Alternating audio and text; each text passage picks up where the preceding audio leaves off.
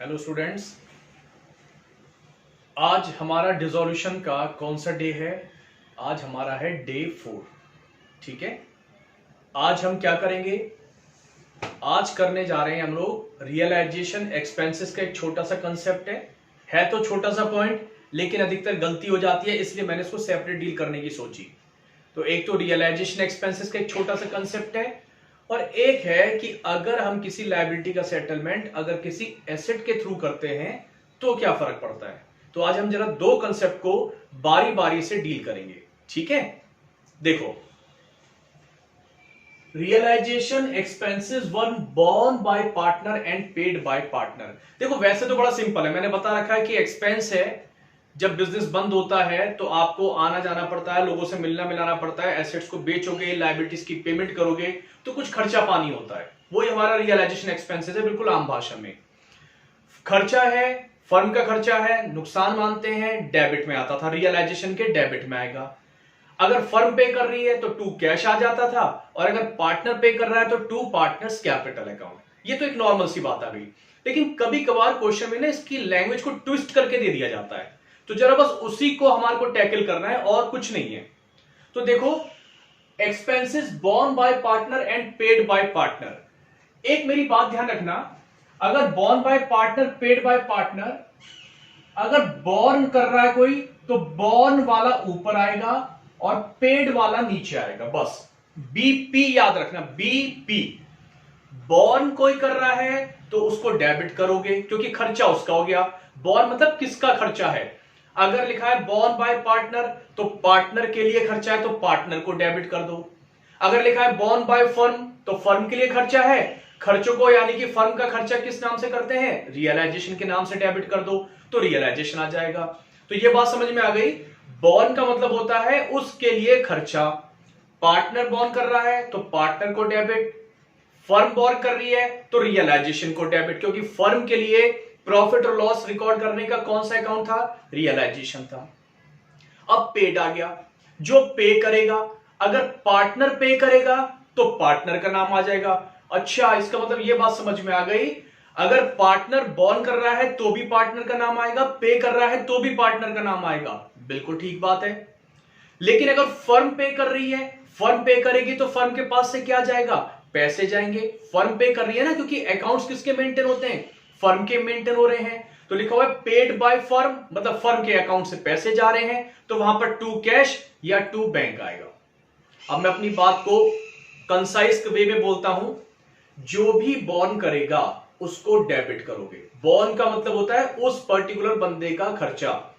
Partner है तो partner debit, firm है तो रियलाइजेशन डेबिट। फर्म तो डेबिट नहीं करेंगे ना, फर्म किसको डेबिट करती है, अपने खर्चे किस में डेबिट करती है, रियलाइजेशन में। अब पे जो कर रहा होगा, अगर पार्टनर पे करेगा तो टू पार्टनर का नाम लिखेंगे, और फर्म पे करेगी तो कैश का नाम लिखेंगे। और ये बात मैंने आपको कई बार बताया है कि कैश और बैंक में कोई डिफरेंस की लिखने की जरूरत नहीं है, मतलब कोई डिफरेंस नहीं है।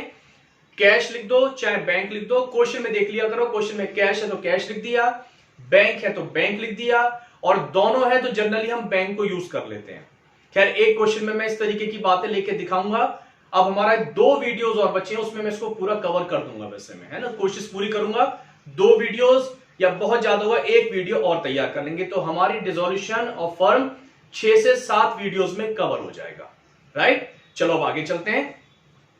तो realization expenses borne by partner. अब पार्टनर बोर्न कर रहा है तो किसका नाम लिखा जाएगा, पार्टनर का नाम लिखा जाएगा। तो partners capital account debit, partners capital account debit. जो पे करेगा पेड वाले को क्रेडिट करेंगे। आप ध्यान रखना, बोर्न को डेबिट, पेड को क्रेडिट, बोर्न वाले को डेबिट, पेड वाले को क्रेडिट। तो बोर्न कौन कर रहा था, पार्टनर कर रहा था, पार्टनर को डेबिट कर दिया। और पे कौन कर रहा है, पार्टनर ही कर रहा है। अच्छा, तो पार्टनर पे कर रहा है तो पार्टनर को ही क्रेडिट करना है। तो इसका मतलब अगर पार्टनर ही बोर्न करेगा, पार्टनर ही पे करेगा, तो आपस में कैंसिल हो जाएगा, उस बात की कोई एंट्री पास करने की जरूरत नहीं है। बात यहां से समझ में आ गई है कि partner debit to partner, it means कोई एंट्री पास आपको नहीं करनी अगर borne by partner and paid by partner लिखा हुआ हो।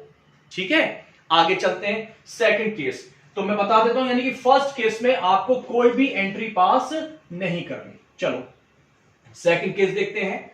Realisation expenses borne by firm, firm borne कर रही है तो किसका खर्चा हुआ? जो बॉर्न करता है, मैंने बताया खर्चा उसका होता है।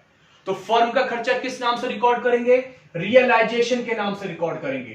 तो सेकंड केस में रियलाइजेशन अकाउंट डेबिट। अब देख लेते हैं पे कौन कर रहा है। लिखा हुआ है पेड बाय पार्टनर। अगर पार्टनर पे कर रहा है तो पार्टनर का नाम लिखा जाएगा। तो to partners capital account, to partners capital account. इसकी पोस्टिंग आप लोग कर लोगे आराम से। अगर पोस्टिंग की बात करें, कहां कहां पर आएगा? रियलाइजेशन के डेबिट साइड में आएगा टू पार्टनर्स कैपिटल के नाम से, और पार्टनर्स कैपिटल क्रेडिट हो रहा है तो पार्टनर्स के क्रेडिट साइड में, जब पार्टनर्स कैपिटल अकाउंट बनाएंगे उसके क्रेडिट साइड में बाय रियलाइजेशन के नाम से आ जाएगा। ठीक है, बात समझ में आ गई। Third point, realization expenses borne by firm, firm borne कर रही है, फर्म का एक्सपेंस तो रियलाइजेशन तो डेबिट होगा ही होगा। जो बॉर्न करेगा डेबिट उसको करना है, फर्म करेगी तो फर्म को डेबिट करेंगे, लेकिन फर्म की जगह नाम किसका लिखेंगे? रियलाइजेशन का। पार्टनर बॉर्न करेगा तो पार्टनर का नाम डेबिट करेंगे। ठीक, आगे देखता हूं पेड बाय फर्म। अब फर्म पे कर रही है, फर्म पे कर रही है तो फर्म के पास से पैसे जा रहे हैं, और फर्म के पास से अगर पैसे जा रहे हैं तो यहां पर हम किसको क्रेडिट करेंगे? पैसों को क्रेडिट करेंगे। पैसे आते हैं तो डेबिट, पैसे जाते हैं तो क्रेडिट। बचपन से ये बात सीखते आ रहे हैं। तो एंट्री बनी realization account debit to cash account. इसकी पोस्टिंग अगर करेंगे, रियलाइजेशन डेबिट है तो डेबिट साइड में टू कैश, और कैश अकाउंट क्रेडिट है तो जब कैश अकाउंट बनाएंगे वहां बाय साइड में आ जाएगा रियलाइजेशन अकाउंट। ठीक है, लास्ट पे आ गया realization expenses borne by partner. जो बॉर्न करता है बताओ उसको क्या करते हैं? बताओ क्या करते हैं? बॉर्न बाय पार्टनर, बॉर्न वाले को डेबिट करते हैं तो पार्टनर्स कैपिटल अकाउंट डेबिट। जो भी पार्टनर इसको बॉर्न कर रहा होगा, ए हो बी हो। पेड बाय फर्म, फर्म पे कर रही है। अगर फर्म पे करती है तो क्या लिखा जाता है? पैसे जाते हैं तो टू कैश अकाउंट। तो यहां पर आ गया to cash account. Posting partners capital debit है तो कैपिटल के डेबिट साइड में टू कैश अकाउंट, और जब कैश अकाउंट बनाओगे तो कैश अकाउंट क्रेडिट है, क्रेडिट साइड में बाय पार्टनर्स कैपिटल अकाउंट। बहुत अब सिंपल सी बात क्या निकल के आई? बॉर्न जो करेगा उसे डेबिट करना है, पार्टनर तो पार्टनर, फर्म तो रियलाइजेशन। जो पे करेगा उसे क्रेडिट करना है। पार्टनर पे कर रहा है तो पार्टनर, फर्म पे कर रही है तो टू कैश। बस इसके अलावा अगर आपको ये बात समझ में आ गई, अब वो कैसे ही क्वेश्चन डाल दे, सवाल ही नहीं जो गलत हो जाए क्वेश्चन। ठीक है, तो एक कंसेप्ट तो हमारा ये है। एक और देखो, एक मैंने अपनी ड्राइंग से आपको समझाने की कोशिश करी है। ये देखो क्या है, ये जो दिख रहा है बंदा, ये कौन है? क्रेडिटर है। 50,000 के क्रेडिटर्स हैं, बैलेंस शीट में थे, वो हमने ट्रांसफर कर दिए होंगे, है ना? ट्रांसफर कर चुके हैं। इसके सिर पे मैंने एक बिल्डिंग रख दी गई है, आपको दिख रहा होगा, थोड़ी ड्राइंग ऐसी ही है, लेकिन मैंने क्या रखा है? ये बिल्डिंग रख दी है। बिल्डिंग पहले बैलेंस शीट में दे रखी होगी, उसको आपने ट्रांसफर कर दिया होगा। ये डायग्राम क्या दिखा रहा है? ये पिक्चर क्या दिखा रही है कि हम लायबिलिटीज का सेटलमेंट एसेट के थ्रू कर रहे हैं। यहां लिखा भी है मैंने, settlement of liabilities through asset. क्या मतलब है जरा समझते हैं। क्रेडिटर थे हमारे 50,000 के, जिनको हम रियलाइजेशन में ट्रांसफर कर चुके थे। क्रेडिटर नाम की चीज खत्म हो गई थी, लेकिन फिजिकली क्रेडिटर्स हमारे पास थे, मतलब हमारे को क्रेडिटर्स को 50,000 रुपए देने थे। नीचे लिखा हुआ था, नीचे मतलब जहां एडजस्टमेंट गिवन होती हैं, creditors took over building in their full settlement. Creditors ने बिल्डिंग ले ली। क्रेडिटर्स कहने लगे ऐसा करो, आप हमें पैसे मत दो, आप ऐसा करो हमारे को बिल्डिंग दे दो, इस बिल्डिंग को हम ले जाते हैं। और हमने देखा बिल्डिंग की कीमत भी लगभग 50,000 के आसपास ही थी। मान लीजिए बिल्डिंग की कीमत उस समय 52,000 की बैठ रही थी, तो तो फुल सेटलमेंट में हमने कहा चलो कोई बात नहीं, 52 में बिल्डिंग की जो वैल्यू थी वो 50,000 के सेटलमेंट में हमने बिल्डिंग दे दी। अगर मान लो कम की होती, सपोज 49 की होती, क्रिएटर्स कहते ठीक है कोई बात नहीं, आप हमारे को फुल सेटलमेंट में दे दो। मतलब बिल्डिंग कम या ज्यादा कुछ है, लेकिन फुल सेटलमेंट में अगर ले रहे हैं तो कहने का मतलब है बिल्डिंग हमारे पास से चली गई। ये क्रेडिटर्स बिल्डिंग को लेके चले गए, फुल सेटलमेंट हो गया इनका। इसको ले जाने के बाद अब ना एक पैसे देने हैं ना एक पैसा हमारे को इनसे लेना है। क्रेडिटर्स बिल्डिंग को लेके चले गए, लायबिलिटी एसेट को लेके चली गई, लायबिलिटी का पेमेंट एसेट के थ्रू कर दिया। अब जरा सोचें अपना कंसेप्ट पुराना, लायबिलिटीज का सेटलमेंट हो रहा है यहां पर, ध्यान से देखो, क्योंकि क्रेडिटर्स का पेमेंट हो रहा है, और एसेट का सेटलमेंट भी हो रहा है क्योंकि बिल्डिंग जा रही है हमारे पास से। और हमारे बीच में क्या बात हुई थी कि अगर लायबिलिटीज का सेटलमेंट होगा तो नुकसान मानेंगे, नुकसान को क्या करते हैं, डेबिट करते हैं, और नुकसान का नाम क्या है, रियलाइजेशन है। 2, तो ये जो हमने लायबिलिटी का सेटलमेंट किया, ये रियलाइजेशन उसकी वजह से डेबिट कर दिया। अब जो बिल्डिंग चली गई तो बिल्डिंग का भी तो सेटलमेंट हो गया। एसेट का सेटलमेंट क्या मानते हैं हम, फायदा मानते हैं, और फायदे को क्या करते हैं, क्रेडिट करते हैं। फायदे का नाम और नुकसान का नाम फर्म के लिए क्या होता है, रियलाइजेशन ही होता है। तो 2 रियलाइजेशन अकाउंट है, realisation account debit to realisation account. ये कैसी एंट्री, बिल्कुल ऐसी ही एंट्री बनेगी। डेबिट क्यों किया, लायबिलिटी का सेटलमेंट हो रहा है। क्रेडिट क्यों किया, एसेट का सेटलमेंट हो रहा है। इट मींस, मैं सिंपल भाषा में इसको ऐसे कह दूं कि अगर किसी लायबिलिटी का पेमेंट करने के लिए हम कोई एसेट उसको दे देते हैं, ये पिक्चर ध्यान में रखना, कोई भी लायबिलिटी हो सकती है और वो किसी भी एसेट को लेके जा सकता है। फुल सेटलमेंट में अगर हिसाब किताब हो रहा है तो आगे ना एक पैसा देना है ना एक पैसा लेना है, तो ये हमारे पास से कैंसिल होते हैं। क्रेडिटर ने बिल्डिंग उठाई और चले गए तो कोई भी एंट्री पास नहीं करेंगे, हम बस दूर खड़े कहते रहेंगे वो देखो बिल्डिंग जा रही है, वो देखो क्रेडिटर्स हमारे खत्म हो गए। तो अब ना हमारे पास क्रेडिटर्स बचे ना हमारे पास बिल्डिंग बची, दोनों आपस में सेटल हो गए, दोनों आपस में कैंसिल हो जाएंगे। तो एक बात खास ध्यान रखना, लायबिलिटी का सेटलमेंट एसेट के थ्रू करोगे तो कोई एंट्री पास नहीं करोगे। अब इसमें थोड़ा सा ट्विस्ट क्या हो सकता है, बस जरा सा वो और देख लेते हैं।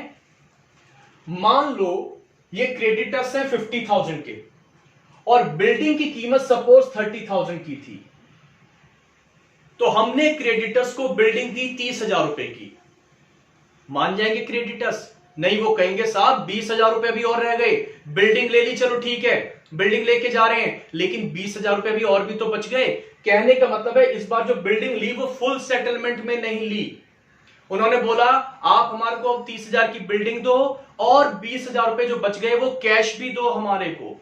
ठीक है, तो कोई बात नहीं, जो बिल्डिंग दे रहे 30,000 की उसकी तो कोई एंट्री पास नहीं करेंगे, लेकिन जो 20,000 रुपए कैश दे रहे हैं उसकी तो एंट्री बनाएंगे ना। रियलाइजेशन, जो लायबिलिटी को पेमेंट करने के लिए पैसे देते थे, तो क्या एंट्री बनाएंगे, रियलाइजेशन अकाउंट डेबिट, क्योंकि नुकसान हो रहा है। 2, हमारे पास से क्या जा रहा है, पैसे जा रहे हैं, कितने, 20,000। जो एसेट लेके चला गया था, बिल्डिंग लेके चला गया था, उसकी कोई एंट्री पास नहीं करी बिल्डिंग की। फिजिकली तो मतलब हमारे पास से बिल्डिंग चली गई है 30,000 रुपए की, तो इसका मतलब है कि 50,000 में से 30,000 की पेमेंट तो बिल्डिंग के थ्रू कर दी, वो तो आपस में कट गए। अब कितने के क्रेडिटर्स बचे, 20,000 की तो बचे ना, क्योंकि 30,000 वालों तो बिल्डिंग ले ली। अब जो 20,000 के क्रेडिटर्स बचे आप उनको तो पेमेंट करोगे, और क्रेडिटर्स को पे करने की एंट्री क्या बनाते हो आप, नुकसान मानते हो, रियलाइजेशन को डेबिट करते हो, पैसे जा रहे हैं टू कैश अकाउंट, राइट। तो एक एंट्री ये हो सकती है अगर हमने उनको कम रुपए की एसेट दी है। सर अगर मान लो बिल्डिंग की वैल्यू 30 की जगह 70 हो, अब क्या होगा, सोच के देखते हैं। लास्ट केस है, क्रेडिटर्स थे 50,000 के और हम कह रहे हैं ये लो बिल्डिंग लो, लेकिन देखो क्रेडिटर्स इस बिल्डिंग की कीमत जितना हमें आपको पेमेंट करना था 50,000 पे, उससे कहीं ज्यादा है, यानी कि हम आपको 70,000 की बिल्डिंग दे रहे हैं, लाओ हमारे को 20,000 वापस कर दो। क्रेडिटर्स इस बात के लिए एग्री कर गए कि ठीक है चलो हम आपकी 70,000 की बिल्डिंग ले जा रहे हैं, तो जो 20,000 की बिल्डिंग आपकी हम फालतू ले जा रहे हैं 20,000 रुपए की, वो 20,000 रुपए, अब ये तो है नहीं कि बिल्डिंग को तोड़ के दे देंगे 20,000 रुपए की, वो कह रहे हैं आप 20,000 रुपए हमसे कैश ले लो। तो इस बार क्रेडिटर जो ज्यादा की एसेट ले गए उसके बदले में हमें वो एक्सेस अमाउंट पे कर रहे हैं। तो 20,000 रुपए हमारे को मिल रहे हैं। पैसे का आना फायदा, और फायदे को क्या करते हैं, क्रेडिट करते हैं। और पैसे हमारे पास आ रहे हैं, पैसे आते हैं तो डेबिट, पैसे जाते हैं तो credit. Cash account debit to फायदा कितने का, 20,000 रुपए का, जितने की बिल्डिंग वो ज्यादा की करके ले गए थे। तो कुल मिला के लास्ट, अब मैं अपनी बात को कंसाइज कर रहा हूं, लायबिलिटी का सेटलमेंट एसेट के थ्रू होगा, कोई एंट्री पास नहीं करोगे अगर फुल सेटलमेंट में चली गई बात। लेकिन अगर हम उनको कम रुपए की एसेट दे रहे हैं तो पैसे और देने पड़ेंगे, अगर और पैसे दे रहे हैं नुकसान, रियलाइजेशन टू कैश। और अगर हम उनको ज्यादा रुपए की एसेट दे देते हैं तो उनसे वो फालतू पैसे वापस ले लेते हैं, पैसे आ रहे हैं तो कैश अकाउंट डेबिट टू फायदा, रियलाइजेशन अकाउंट। ठीक है, तो आज हमने 2 कंसेप्ट करे हैं, आप इनको देखिएगा। अगर आपको पसंद आता है तो प्लीज लाइक जरूर कीजिए, शेयर जरूर कीजिए। ठीक है, और अगर आप लोग नए हैं तो सब्सक्राइब भी कीजिएगा। पीछे की वीडियोस के लिए आप ऊपर आई बटन पे जाके देख सकते हैं। ठीक है, थैंक यू।